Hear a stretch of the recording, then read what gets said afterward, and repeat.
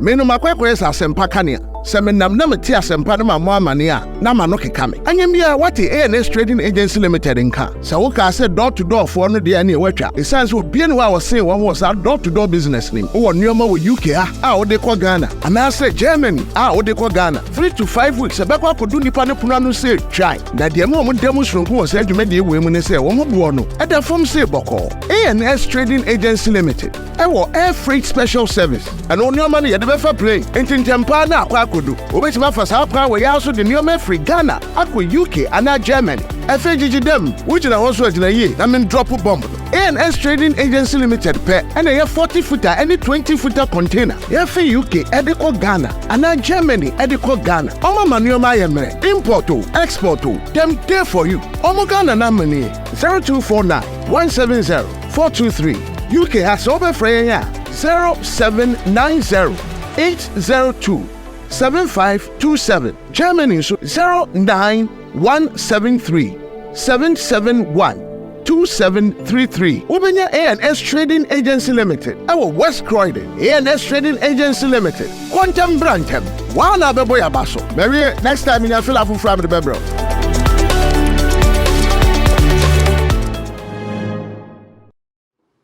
Fellow Ghanaians, good evening.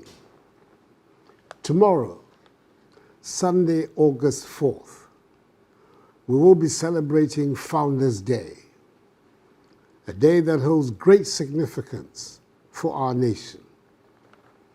As we reflect on our journey as a people, it is imperative that we acknowledge the events of August 4th, which have indelibly shaped our history and our identity. On that day, 127 years ago, in 1897, during the heyday of British colonialism, the Aborigines Rights Protection Society, ARPS, was formed at Cape Coast. This monumental event marked the beginning of a conscious and organized effort to preserve the rights of indigenous Ghanaians against the depredations of colonialism.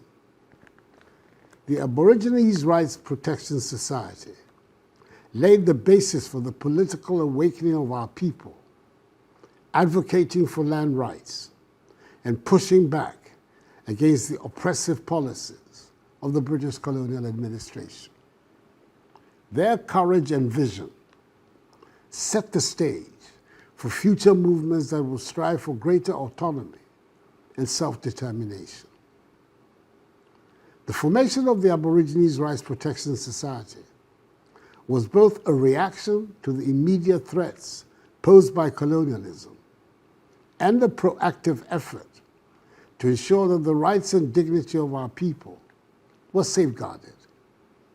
The Society's enlightened leaders, Jacob Say, Joseph Casely Hayford, John Mensah Saba, Kwabena Sekyi, J.W. de Graaf Johnson, and J.P. Brown, amongst others, understood that the land was not merely a resource, but also the very essence of our identity and culture.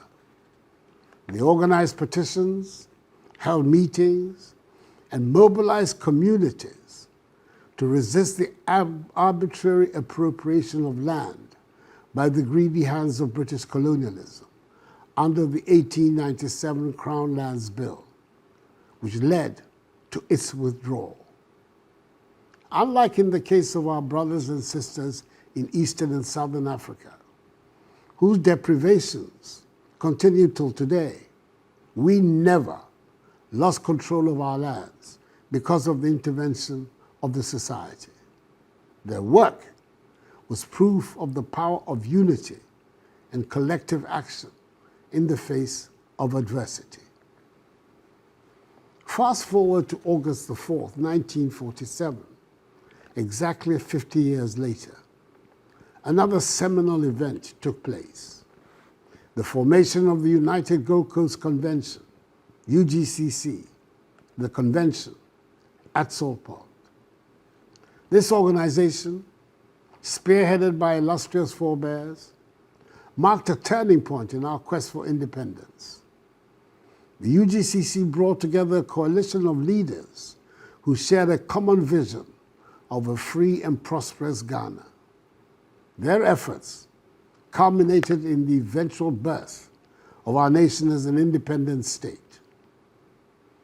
The UGCC, the first nationalist organization to articulate clearly the demand for freedom and independence, was born out of a deep-seated desire for self-governance and an end to colonial rule. The leaders of the UGCC, the convention, George Parr Grant, Dr. J.B. Dankwa, R.S. Blay, Emmanuel Obeche-Bilamte, William Ufuriata, Edward Akufo Addo, Ebenezer Akwaje, Kwabena Kese, Kwame Nkrumah, and others, recognized that true freedom could only be achieved through political action and the mobilization of the masses. They worked tirelessly to educate and inspire the people, organizing rallies and meetings to raise awareness about the need for independence. Their message resonated with Ghanaians from all walks of life, sparking a movement that would eventually lead to the liberation of our nation, encompassing the birth of the Convention People's Party, CPP, which led us on the final lap of our journey to freedom. Tomorrow, as we commemorate these historical milestones, we pay tribute to successive generations of Ghanaians who contributed to the attainment of our national independence. It is most appropriate that we have chosen this date to honor their sacrifices, their resilience, and their strong dedication to the ideals of freedom and justice. I speak to you this evening, rejecting completely the notion that Ghana was founded by one man. Whilst Kwame Nkrumah's contributions to our independence are undeniable and unassailable, it is important to acknowledge for our self-respect that the struggle for our nation's freedom was a collective effort spanning several generations. The formation of the Aborigines Rights Protection Society, the British West African National Congress, jointly sponsored by Joseph Casely Hayford and Thomas Hatton Mills, the United Gold Coast Convention, the work of countless unsung heroes, and the tenacious spirit of our people all played vital parts in bringing us to freedom and independence. Kwame Nkrumah, with his charismatic visionary leadership, was undoubtedly a major actor in the final lap of our journey to independence. And that is why, despite the several unfortunate things that happened after independence under his watch, Parliament in 2019 decided to memorialize his date of birth as Kwame Nkrumah Memorial Day, the only Ghanaian so far to be so honored in our history. His ability to galvanize the masses and articulate a clear vision for a free Ghana inspired many. However, it is essential to recognize that Kwame Nkrumah stood on the shoulders of past leaders.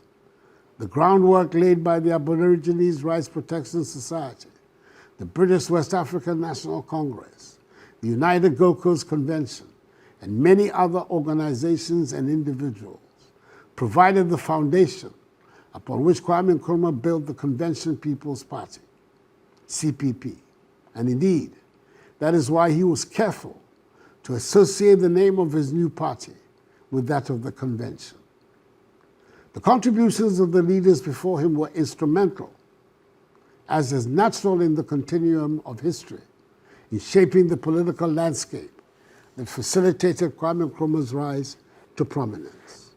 Even though comparisons may be invidious, it is worth recalling that George Washington, the victorious general of America's War of Independence from British colonial rule, and the first president of the United States of America, is not described as the founder of the United States.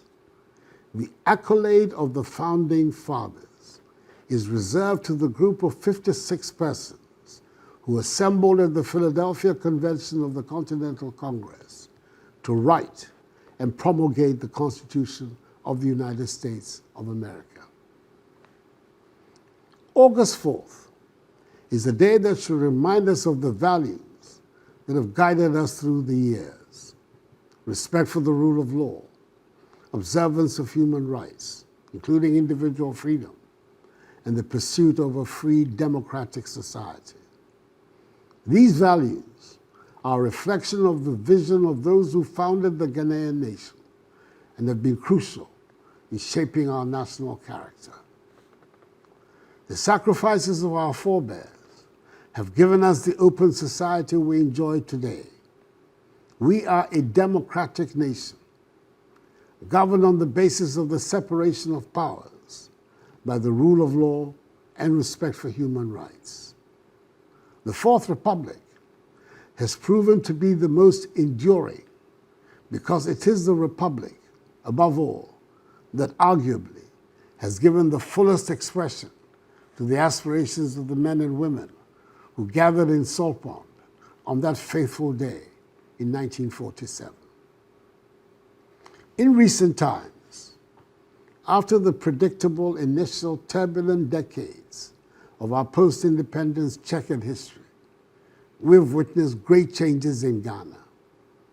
Our economy has grown, our infrastructure has improved, and our society has become more inclusive. We've made impressive strides in governance, education, healthcare, and technology, and we continue to build on the foundation laid by those who came before us. The economic growth we have experienced, despite challenging moments, is a testament to the resilience and entrepreneurial spirit of the Ghanaian people. The difficult economic conditions notwithstanding, which we are rapidly leaving behind, our social services are functioning, our businesses are thriving, our industries are expanding, our agriculture is performing strongly, and our global trade relationships are strengthening. This progress is the result of hard work, innovation, and the policies that have created a conducive environment for economic development. As we celebrate Founders Day, let us recognize the importance of maintaining this momentum and continuing to create opportunities for all Ghanaians.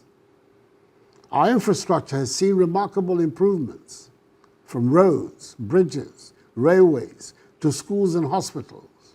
We've made considerable investments in building a modern and efficient infrastructure network. These developments have not only improved the quality of life of our citizens, but have also positioned Ghana as a hub for trade and investment in the region. As we move forward, let us continue to prioritize infrastructure development to ensure that every Ghanaian has access to the resources and opportunities he or she needs to succeed. Inclusivity is another area where we have made substantial progress. Our society is becoming more inclusive, with greater representation and participation from women, youth, and marginalized communities. We have implemented policies and initiatives to promote gender equality, like the recently enacted Affirmative Action Bill, empower our youth, and protect the rights of all citizens. This inclusivity is a reflection of the values of our founders and is essential for building a just and equitable society. However, we must also recognize that our journey is far from over. As we celebrate our past, we must also look to the future with a renewed sense of purpose and determination. We must continue to work towards building a Ghana that is equitable, free, just, and prosperous for all her citizens. Our founders envisaged a nation where every Ghanaian would have the opportunity to thrive, regardless of his or her background or circumstances. It is our duty to carry forward this vision, to build on their legacy, and to create a brighter future for ourselves and for generations to come. To achieve this, we must, in my respectful view, focus on 7 key areas. Firstly, we should continue to invest in education. Education is the cornerstone of development and the key to unlocking the potential of our people. We should ensure that every Ghanaian child has access to quality education from early childhood through to higher education. This means building more schools and universities, improving infrastructure, and investing in teacher training, curriculum development, and technology integration. One of the cornerstone initiatives of my administration has been the implementation of the free senior high school policy, launched in September 2017. This policy has enabled some 5.7 million students to access secondary education and is also emphasizing the study of science, technology, engineering, and mathematics, STEM subjects. The quality of education has improved, evident in the 2023 WACC results being the best in the history of the examination. The considerable budgetary allocations on education within the period, totaling some 12.488 billion cedis, amply illustrate the shared determination of the Akufo-Addo government to ensure that education becomes a catalyst around which the transformation of the nation revolves. Secondly, we should prioritize healthcare. A thriving nation relies on the well-being of its people. We should continue to invest in healthcare infrastructure, expand access to quality healthcare services, and promote preventative care. This includes addressing issues such as maternal and child health, infectious diseases, and non-communicable diseases. Indeed, my administration since 2017 has made remarkable strides in healthcare delivery, investing heavily in infrastructure and completing numerous regional and district hospitals. The ambitious Agenda 111 initiative aims to construct 111 district hospitals and regional facilities at an estimated cost of $1.75 billion United States dollars. Ongoing projects at various levels of completion have been initiated. Substantial financial investments in the health sector to the tune of some 33 billion cedis and the recruitments of some 202,000 medical personnel have been made in 7.5 years. The National Health Insurance Scheme's active membership has since 2016 increased by 69%, and renewing membership is now much easier via mobile telephony. We have also assimilated one of the great lessons of the COVID-19 pandemic, and that is the necessity to be self-reliant in the production of vaccines, which has led to the establishment of the National Vaccine Institute to lead the process for the domestic production of vaccines. Thirdly, we should continue to pay attention to agriculture. Agriculture remains the backbone of our economy and a vital source of livelihood for millions of Ghanaians. By focusing on agricultural development, we can achieve food security, create jobs, and drive economic growth. The success of the Program for Planting for Food and Jobs, Phases 1 and 2, has demonstrated the immense potential of this sector. These initiatives have increased substantially food production and have also provided employment opportunities for thousands of our youth. By continuing to invest in agriculture, we can build a sustainable and resilient economy that benefits all Ghanaians. Fourthly, we should continue to advance economic development and job creation. This means supporting our entrepreneurs, large, medium, or small scale, fostering innovation, and creating an environment that encourages investment. We should also focus on diversifying our economy, reducing our reliance on a few key industries, and stimulating sectors such as agriculture, manufacturing, tourism, and the digital economy. We've taken an economy whose GDP was estimated in 2013 at 64 billion United States dollars, but had contracted to 56 billion United States dollars by 2016, to one which is estimated currently at 76 billion United States dollars, an expansion of 20 billion United States dollars. That is a 36% increase over the 7.5 years of my administration. Fifthly, we should intensify the process of building strong professional security services that will not only continue to guarantee law and order and the stability of the nation, but will also help guard the nation against external threats, especially during these troubled times when the terrorist insurgency that has already engulfed the Sahelian area of our region is threatening to engulf the rest of West Africa, including the coastal states too. Sixthly, we should continue to strengthen our democratic institutions and uphold the rule of law. Our democracy is our greatest strength, and we must work to ensure that it remains robust and resilient.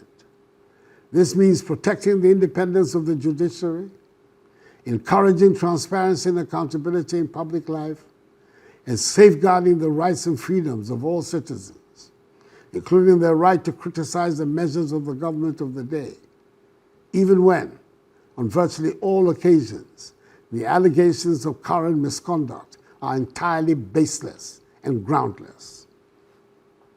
Lastly, we should continue to advocate national unity and social cohesion. Our diversity is one of our greatest assets, and we should work to ensure that every Ghanaian feels included and valued. This means stressing dialogue and understanding, addressing issues of inequality and discrimination, and instilling a sense of national pride and identity. It is through such actions that we strengthen the unity of our nation. As we approach the upcoming elections in December, let me assure you of my government's firm determination of ensuring that they are free, fair, credible, and transparent. It is the will of the Ghanaian people, freely expressed, and not the will of any candidate or political party, however desperate for power, that will prevail. The integrity of our electoral process is paramount, and we will take all necessary steps to secure it. The law against vigilantism will be strictly applied without fear or favor, ensuring that peace and order are maintained throughout the electoral period, enabling the Ghanaian people to make their choice free of intimidation and violence. Ghana's standing as a beacon of democracy in Africa will be sustained and will continue to set an example for other nations to follow. Fellow Ghanaians, as we celebrate Founders Day, let us remember the lessons of our history. Let us honor the courage and sacrifices of those who came before us. Let us continue to revere those who fought for our freedom and for our democracy. And let us recommit ourselves to the ideals of freedom, justice, and democracy. In the spirit of our founders, let us strive to build a Ghana that is free, prosperous, and united. A Ghana where every citizen can enjoy freely the fruits of his or her labor and contribute to the progress of the nation. Happy Founders Day, and may God bless us all in our homeland Ghana and make her great and strong. I thank you for your attention.